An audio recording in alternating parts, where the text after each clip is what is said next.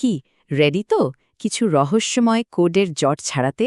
চলুন তাহলে আর দেরি না করে ঝাঁপিয়ে পড়া যাক আজকের এই কোড ব্রেকিং চ্যালেঞ্জে। আর এই প্রশ্নটাই কিন্তু আমাদের আজকের পুরো আলোচনার মূল চাবিকাঠি। মানে প্রত্যেকটা কোডের পেছনে কিন্তু একটা না একটা লজিক বা যুক্তি লুকিয়ে থাকে, তাই না? আমাদের কাজ হবে ঠিক সেই যুক্তিটাকেই খুঁজে বের করা। আমাদের মিশনটা একদম পরিষ্কার। এই সোর্সে যে ২৫টা কোড দেওয়া আছে সেগুলোর রহস্য ভেদ করতে হবে। ভাবা যায় প্রত্যেকটা কোড এক একটা নতুন ধাঁধা। তো চলুন, আর অপেক্ষা কেন, শুরু করা যাক আমাদের এই চ্যালেঞ্জ। ওকে, তাহলে শুরু করা যাক। সবার আগে আমরা একদম বেসিক মানে কিছু মৌলিক কোড দিয়ে শুরু করব।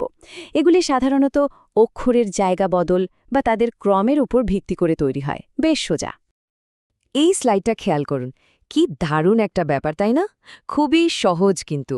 দেখুন, HAPPY শব্দটা হয়ে গেল IBQZ। কিভাবে? আরে এইচ এর ঠিক পরের অক্ষরটা কি? আই, এর পরে বি, পি এর পরে কিউ, ঠিক এভাবে। মানে প্রত্যেকটা অক্ষর শুধু এক ঘর করে এগিয়ে গেছে। আবার দেখুন, SET শব্দটার ক্ষেত্রে প্রতিটি অক্ষর ২ ঘর করে এগিয়ে UGV হয়ে গেছে। খুবই সাধারণ কিন্তু দারুণ কাজের একটা প্যাটার্ন। জানেন, এই যে কৌশলটা আমরা দেখলাম এটার একটা বেশ গালভরার নামও আছে, সিজার সাইফার। হ্যাঁ, সেই জুলিয়াস সিজারের নামেই। এই পদ্ধতিতে হয় কি, বর্ণমালার প্রত্যেকটা অক্ষরকে একটা নির্দিষ্ট সংখ্যায় হয় এগিয়ে দেওয়া হয়, না হয় পিছিয়ে দেওয়া হয়। আসল খেলাটা হলো ওই শিফট বা কত ঘর সরানো হচ্ছে সেই সংখ্যাটা খুঁজে বের করা। আচ্ছা, এবার আরেকটা বেসিক পদ্ধতিতে আসা যাক। এখানে কিন্তু অক্ষর সরানির কোনো ব্যাপার নেই। এখানে অক্ষরের পজিশন বা অবস্থানটাই হলো আসল কোড। যেমন ধরুন এম, এটা ইংরেজি বর্ণমালার ১৩ নম্বর অক্ষর, তাই এম সমান ১৩। ঠিক সেভাবে ACNE শব্দটার কোড হল 13145। কেন? কারণ এ হলো ১ নম্বর, সি হলো ৩ নম্বর, এন হলো ১৪ আর ই হলো ৫ নম্বর অক্ষর। একদম সোজা সাপটা। এতক্ষণ তো আমরা বর্ণমালাকে শুরু থেকে গুনলাম, মানে এ থেকে জেডের দিকে। কিন্তু আচ্ছা, যদি উল্টোটা হয়, মানে যদি জেড থেকে এর দিকে গোনা হয়? হ্যাঁ, কিছু কোড কিন্তু ঠিক এই লজিকেই কাজ করে। এই উদাহরণগুলো দেখলেই ব্যাপারটা জলের মতো পরিষ্কার হয়ে যাবে। দেখুন, বিএটি হয়ে গেছে YZG। কারণটা কি? বি হল বর্ণমালার শুরু থেকে ২ নম্বর অক্ষর, আর ওয়াই হল শেষ থেকে ২ নম্বর। মিলটা ধরতে পারছেন তো? একইভাবে RUSTর কোড ৯৬৮৭ হয়েছে, কারণ আর শেষ থেকে ৯ নম্বর, ইউ শেষ থেকে ৬ নম্বর, বাকিগুলো সেভাবেই। তার মানে এই সেকশন থেকে আমরা কি শিখলাম? কোডগুলো হয় অক্ষরকে কয়েক ঘর এগিয়ে বা পিছিয়ে দিয়ে বানানো হয়, না হলে তাদের সরাসরি বা উল্টো দিক থেকে পজিশনটা ব্যবহার করে তৈরি হয়। বেশ, প্রথম ধাপ তো আমরা পার করে ফেললাম। চলুন এবার একটু পরে লেভেলে যাওয়া যাক। এখন আমরা দেখব কিভাবে শুধু অক্ষরের প্যাটার্ন নয়, বরং আস্ত শব্দ আর সংখ্যাকে অদল-বদল করে কোড তৈরি করা হয়। এই ধরনের ধাঁধা সলভ করার সেরা উপায়টা কি জানেন? কমন শব্দ খুঁজে বের করা। একটা গোয়েন্দার মতো ভাবতে হবে। দেখুন, প্রথম দুটো লাইনে পিঙ্ক শব্দটা আছে, তাই না? আর কোডের দিকে তাকালে দেখবেন দুটো লাইনে কমন সংখ্যাটা হলো 4। ব্যাস, পেয়ে গেলাম। তার মানে পিঙ্ক ইকুয়ালস টু 4। আর একবার এটা পেয়ে গেলে বাকিগুলো বের করা তো সময়ের অপেক্ষা। যেমন লাভলি মানে 1 আর ড্রেস মানে 2। আর এই একই এলিমিনেশন বা বাদ দেবার পদ্ধতিটা ব্যবহার করে আমরা কিন্তু সোর্সের আরও দুটো ধাঁধার সমাধান করে ফেলতে পারি। যেমন ৬ নম্বর প্রশ্নে ভেরি শব্দের কোড দাঁড়ায় 7, আর ১৮ নম্বর প্রশ্নে অ্যান্ড শব্দের কোড হয় 8। দারুণ কাজের একটা টেকনিক, তাই না? কিন্তু একটা প্রশ্ন তো থেকেই যায়, কি হবে যদি কোনো কমন শব্দই না পাওয়া যায়? যেমন ধরুন, ডোম ইজ ইকুয়ালস টু 8943 আর মিল ইজ ইকুয়ালস টু 4321। এখানে তো কোনো কমন শব্দই নেই। তখন কি করা যাবে? তখন ধরে নিতে হবে এটা হলো ডিরেক্ট সাবস্টিটিউশন। মানে এখানে প্রত্যেকটা অক্ষরের জন্য একটা ফিক্সড সংখ্যা ঠিক করা আছে, কোনো প্যাটার্ন বা শিফটের ব্যাপার নেই।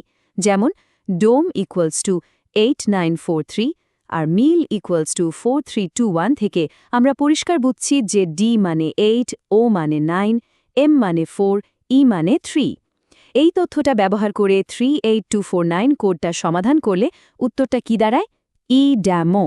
তাহলে মূল কৌশলটা হলো হয় কমন শব্দ খোঁজা, না হলে ডিরেক্ট সাবস্টিটিউশনের মাধ্যমে প্রত্যেকটা অক্ষরের আসল মান বের করা।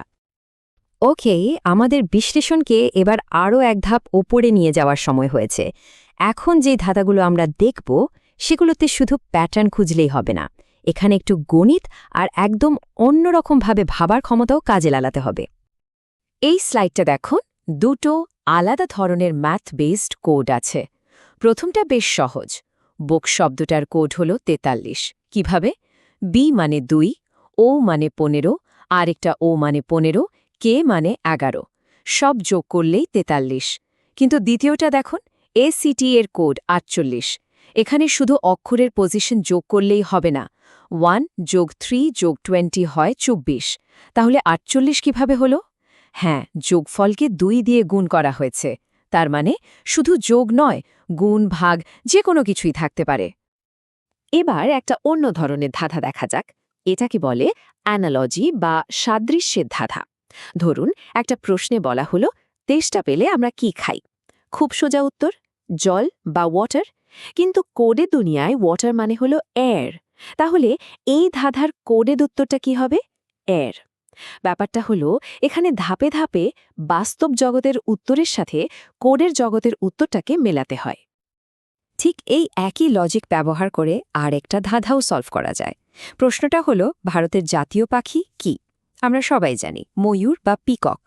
কিন্তু কোডের জগতে পিকক মানে হলো সোয়ালো। তাহলে উত্তরটা হবে সোয়ালো।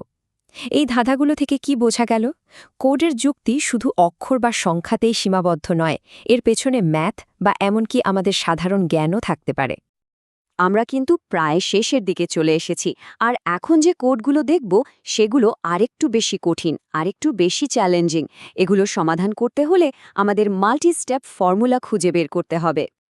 এই ধাঁধাগুলো কিন্তু বেশ জটিল। যেমন একটা প্রশ্নে আছে 103 সমান 7, এখানে একটা লুকানো ফর্মুলা কাজ করছে। আবার আরেকটা প্রশ্নে a সমান 0.0 আর b সমান 0.1, এখানে লজিকটা কি? এখানে আসলে অক্ষরের পজিশন থেকে 1 বিয়োগ করে তাকে 10 দিয়ে ভাগ করা হচ্ছে।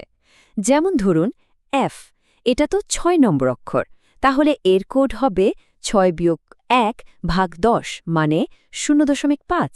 ইন্টারেস্টিং, তাই না? এবং অবশেষে আমরা পৌঁছে গেছি আমাদের ফাইনাল রাউন্ডে, চূড়ান্ত চ্যালেঞ্জে। এটা হলো একটা গ্রিড সাইফার, আর এটাই আমাদের সোর্স মেটেরিয়ালের শেষ প্রশ্ন। এই যে স্ক্রিনে গ্রিডটা দেখতে পাচ্ছেন, এটাই আমাদের শেষ ধাঁধা। এখানে দেখুন, সংখ্যা আর অক্ষরের মধ্যে একটা সম্পর্ক তৈরি করা আছে। আমাদের কাজটা খুব সিম্পল। এই গ্রিডটা ব্যবহার করে কোডটাকে ডিকোড করতে হবে। এই টেবিলটা দেখলেই পুরো সমাধানটা পরিষ্কার হয়ে যাবে। গ্রেডটা যদি আমরা ভালো করে পড়ি তাহলে দেখব 8 মানে হলো ই, 6 মানে জে, 2 মানে ডি, এভাবেই চলতে থাকবে। তাহলে 862941 এর কোডটা কি দাঁড়ালো? E J D K B L. ঠিক একইভাবে উল্টোটাও করা যায়। এফ মানে 7, জে মানে 6, পি মানে 0, আর তাই FJPXM এর নম্বর কোডটা হলো 760853। আর এর সাথেই আমাদের 25টা কোডের চ্যালেঞ্জ শেষ হলো। যারা শুরু থেকে শেষ পর্যন্ত আমাদের সাথে ছিলেন, প্রত্যেকটা ধাঁধার যুক্তি বোঝার চেষ্টা করেছেন, আপনাদের সবাইকে অনেক অনেক অভিনন্দন। আপনারা সবাই এক একজন কোড ব্রেকার। যাওয়ার আগে শুধু একটা কথা। আমরা তো দেখলাম প্রত্যেকটা কোডের পেছনেই একটা না একটা যুক্তি বা প্যাটার্ন লুকিয়ে থাকে।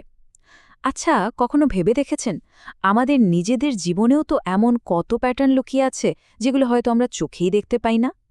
যদি সে প্যাটার্নগুলো খুঁজে বের করা যায় তাহলে হয়তো অনেক বড় বড় সমস্যারও খুব সহজ সমাধান বেরিয়ে আসতে পারে, তাই না?